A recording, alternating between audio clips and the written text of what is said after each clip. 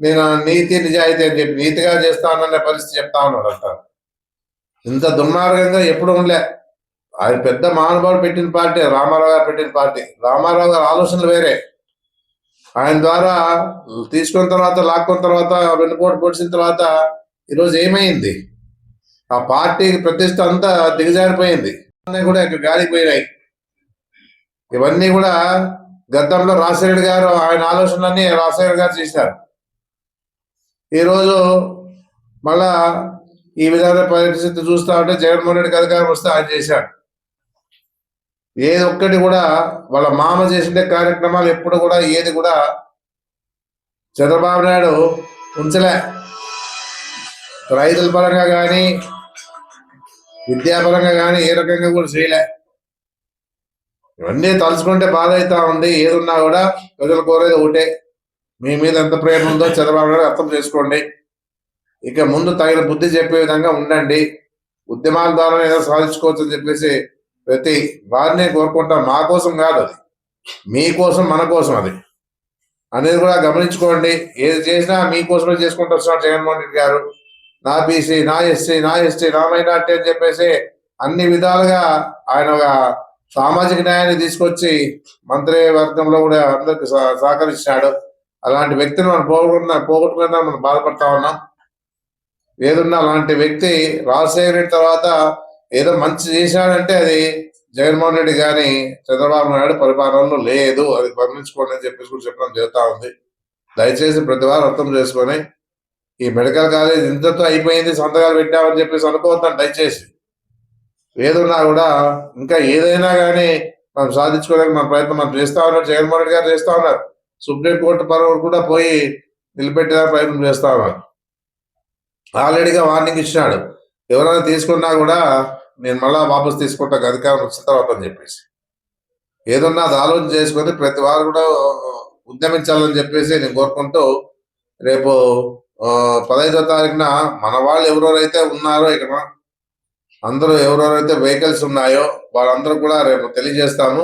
సోమవారం పొద్దున్న 10 కర్నూలు పోయే విధంగా అందరూగా తయారుగా ఉండాలని చెప్పేసి, ఆ విషయాల్లో మనం కూడా బాగా జిల్లా హెడ్ క్వార్టర్స్లో అందరూ కూడా ఈ కార్యక్రమం విజయవంతం చేసేదానికి అందరూ కూడా సహకరించాలని చెప్పేసి మన పార్టీ నాయకుల్ని, అభిమానుల్ని, పార్టీ ఎవరైతే అనుబంధ సంస్థలు ఉన్నాయో, స్టేట్ లో ఉన్నటువంటి పదవులు ఎవరికైతే ఉన్నాయో వాళ్ళందరూ కూడా డిస్టిక్ కానీ, స్టేట్ కానీ, లోకల్లో కానీ ఉండే పదవులు దృష్టిలో పెట్టుకొని మీరు కూడా సహకరించి రేపు పెద్ద ఎత్తున కలిసిపోయి అక్కడ ఉన్న కార్యక్రమం విజయవంతం చేయాలని చెప్పేసి మన వాళ్ళని కోరుకోవడంతో జరుగుతుంది. నమస్కారం. చంద్రబాబు నాయుడుకి పేదల మీద ఎంత ప్రేమ ఉందో ఇప్పటికైనా అర్థం చేసుకోవాలి ప్రజలంతా కూడా. ఆరోగ్యశ్రీని కూడా నీరు గార్చే పరిస్థితి చేసినాడు ఆయన. ఏదున్నా కూడా పేదల కోసం ఏదైతే కార్యక్రమాలు పెట్టినాడో జగన్మోహన్ రెడ్డి గారిని, రాజశేఖర రెడ్డి గారిని పెట్టిన కార్యక్రమాలన్నీ కూడా నీరు గార్చినాడు. ఎంతమంది ఇబ్బంది పడతా ఉన్నారు, ఆరోగ్యపరంగా కూడా చాలా మంది ఇబ్బంది పడతా ఉన్నారు. ఈయనేమో 14 ఏళ్ళు పరిపాలన చేసినా ఏ రోజు కూడా మెడికల్ కాలేజ్ కానీ ప్రజలకి మంచి చేసే కార్యక్రమాలు ఏమీ చేయలేదని కూడా మనకు తెలుసు బాగా. జగన్మోహన్ రెడ్డి పాదయాత్ర అప్పుడు కూడా ఆలోచించి అన్ని విధాలుగా ఎవరెవరైతే ఏదైతే ఇబ్బందుల్లో ఉన్నారో ఏ విధంగా చేస్తే బాగుంటుందని చెప్పేసి ఇవ్వని మాట ఇది. జగన్మోహన్ రెడ్డికి మెడికల్ కాలేజ్ తెస్తా చెప్పకుండా కూడా 17 కాలేజీలు తీసుకొచ్చి ప్రజలకి విద్యకి, వైద్యకి సంబంధించిన వారికి అందరూ కూడా అందుబాటులో ఉండాలని చెప్పేసి, పేదవాళ్ళు కూడా చదవలేని పరిస్థితుల్లో ఎంబీబీఎస్ కోరికలు ఉన్నా అని చెప్పేసి ఉద్దేశంతో తీసుకొస్తే, ఈయన ఇప్పుడు అంచనా అప్పుడు 8,000 కోట్లు, ఇప్పుడు దాదాపుగా 15,000 కోట్లు దాటిపోతా ఉంది. ల్యాండ్ కొని కట్టించిన పరిస్థితి ఇది. ఎక్కడ కూడా గవర్నమెంట్ ల్యాండ్ చాలా తక్కువ.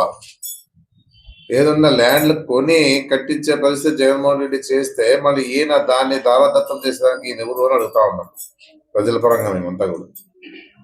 మళ్ళీ ఈరోజు ఈ విధంగా చేస్తా ఉంటే చూస్తూ ఊరుకునేదానికి పార్టీలు, మా పార్టీ ముఖ్యంగా మేము చేసిన కార్యక్రమాన్ని మా పార్టీ తరఫున ప్రజల్లోకి పోయి 1 కోటి సంతకాలు తీసుకునే కార్యక్రమంలో పాల్గొని అన్ని వర్గాల వారితో కూడా ఇది మంచిది కాదు అని చెప్పే విషయాన్ని కోర్టు సంతకాల ద్వారా తెలియజేస్తూ చంద్రబాబు నాయుడికి ఈరోజు ఆ కోర్టు సంతకాల్ని జగన్మోహన్ రెడ్డి గారికి సమర్పిస్తా ఉన్నాం.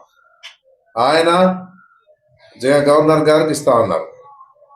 ఏదున్నా కూడా ఈ పరిస్థితుల్లో చంద్రబాబు నాయుడు ఎక్కడైనా ఆయనకి ఏదైనా ఉందా అనేది అడుగుతా ఉన్నాం.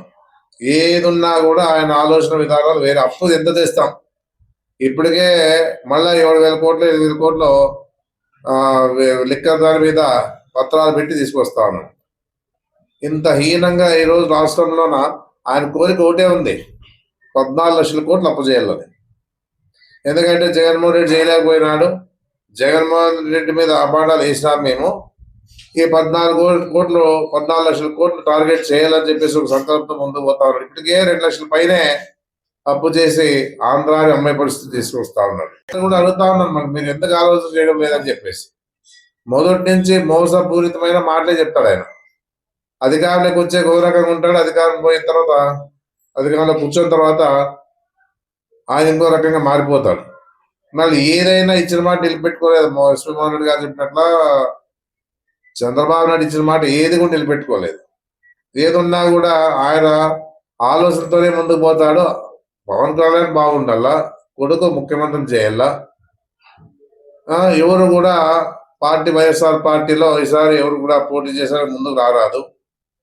అరాచకాలు, హత్యలు, అత్యాచారాలు, ఈ విధంగా ఈరోజు రాష్ట్ర పరిపాలన జరుగుతా ఉన్న పరిస్థితి ఉంది. సోషల్ మీడియా మీద కేసులు, ఈ రకంగా అన్యాయంగా రాష్ట్రంలో జరుగుతూ ఉంది.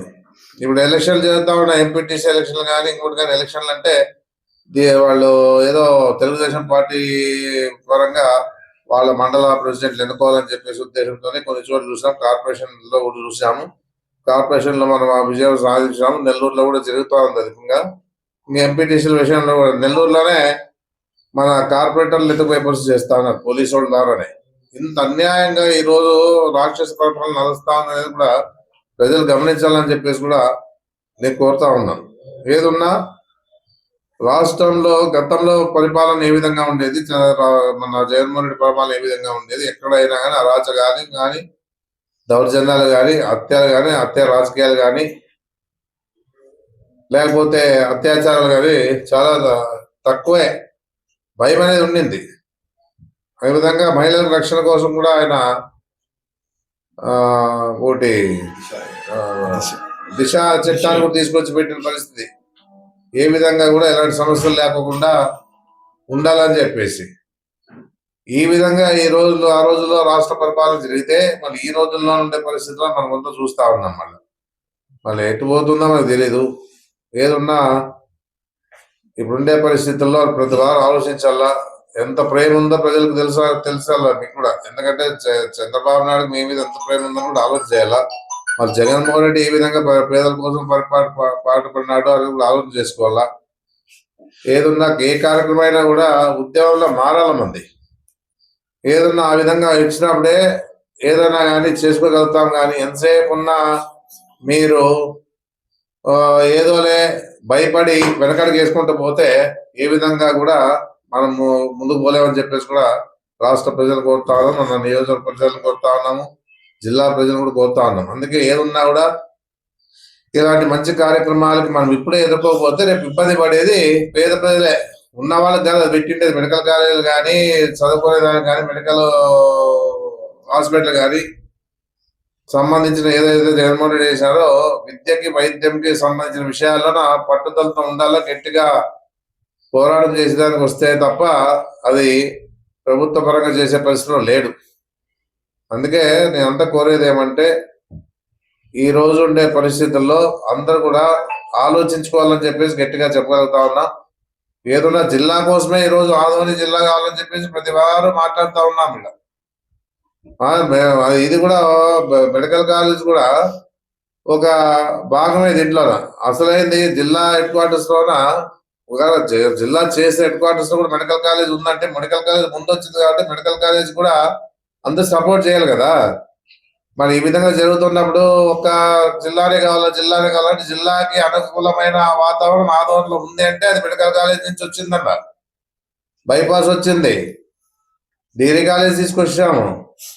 ఏది కూడా తక్కువ లేకుండా జిల్లాకు పోయే తగ్గట్టుగా జిల్లా మనకి తక్కువ కాదు ఆదోళన అని చెప్పేసి కూడా నిరూపించుకోవడం జరిగింది. నిరూపించే జగన్మోహన్ రెడ్డి నుంచి మళ్ళీ ఈరోజు దాని విషయంలో కూడా పోరాటం చేస్తా ఉండే పరిస్థితి చూస్తా ఉన్నారు. కాబట్టి అన్ని రకాలుగా ప్రతి విషయంలో జిల్లాకి ఏదైతే ఆలోచిస్తానో మెడికల్ కాలేజ్ కోసం కూడా అదే ఆలోచించాలని చెప్పేసి అందరూ కోరుకోవడం జరుగుతూ ఉంది. ఇది స్వార్థ రాజకీయాలు కాదు, ఇది ప్రజల కోసం పాటుపడే ఇలాంటి మంచి కార్యక్రమాలంతా కూడా ఖచ్చితంగా మనము చేసి చూపించాలని చెప్పేసి. ఇంట్లో ఉంటే ఎన్నాళ్ళు బతకాలి, మనము ఎన్నాళ్ళు బతుకుతాం చెప్పండి.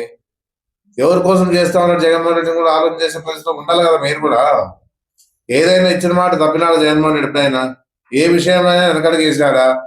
కరోనా వస్తే కూడా 2 నెలలు కరోనా వస్తే కూడా ఎప్పుడు కూడా వెనకడికి వేయకుండా జగన్మోహన్ రెడ్డి గారు అన్ని కార్యక్రమాలు ఇచ్చిన మాట నిలబెట్టుకుంటూ పోయినాడా లేదా?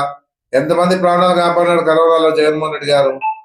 ఆ రకంగా ఇవన్నీ కూడా సమస్యలు ఉండాలని చెప్పేసి ఉద్దేశంతోనే జగన్మోహన్ రెడ్డి గారు మెడికల్ కాలేజ్ కూడా తీసుకొచ్చింది. 11 మెడికల్ కాలేజ్ తమాష కాదు. ప్రభుత్వ పరంగా తీసుకొస్తే ఏమంటాడు చంద్రబాబు నాయుడు? ఎక్కడైనా కాలేజ్ అయినా మొదలు పెట్టాడు అని అడుగుతాడు. అబ్బా, ఇన్ని అబద్ధాలు చెప్తా ఉన్నాడు చంద్రబాబు నాయుడు అంటే మళ్ళీ ఎవరికి అంతా ప్రజలంతా అమాయకులు అనుకుంటున్నారా అనేది కూడా మాకు అర్థం కావడంలే. ఏదో మీటింగ్ లో చూసా, ఎక్కడ ఉంది మెడికల్ కాలేజ్ ఎక్కడైనా ఉన్నాయా అంటాడు. 5 కాలేజ్ రెడీ అయిపోయినాయి, 2 కాలేజీలు ఆల్రెడీ 5 కాలేజ్ స్టార్ట్ అయినాయి, 2 కాలేజ్ రెడీ అయిపోయినాయి. ఇంకా 10 కాలేజీలకు 5,000 కోట్లు పెడితే అన్ని విధాలుగా ప్రజలకు అన్ని విధాలుగా వైద్య పరంగా అందియచ్చు. ఎంతసేపు రాజధాని చూస్తా ఉన్నాడు. రాజధాని ఉంటుందో లేదో తెలీదు. మన వర్షాలు ఎక్కువైనప్పుడు చూసినాం ఏ విధంగా నీళ్ళు వచ్చి అన్ని విధాలుగా ఇబ్బంది పడినారని కూడా. అక్కడ ఎలిజిబిలిటీ కావాలంటే కూడా రాజధాని కోసం ప్రయత్నం చేస్తున్నారు. ఉన్న కాలేజీని బాగా చేస్తాము, ప్రజలకు అందిస్తామని ఆలోచన అంటే ఆయన ఒకటే అనుకున్నాడు, నాకు అన్నిటికంటే నేను చేసేదే నేను నీతి నిజాయితీ అని చెప్పి నీతిగా చేస్తానన్న పరిస్థితి చెప్తా ఉన్నాడు అంట. ఇంత దుర్మార్గంగా ఎప్పుడు ఉండలే. ఆయన పెద్ద మహానుభావుడు పెట్టిన పార్టీ, రామారావు గారు పెట్టిన పార్టీ. రామారావు గారి ఆలోచనలు వేరే. ఆయన ద్వారా తీసుకున్న తర్వాత లాక్కున్న తర్వాత వెన్నుపోటు పొడిచిన తర్వాత ఈరోజు ఏమైంది? ఆ పార్టీకి ప్రతిష్ట అంతా దిగజారిపోయింది.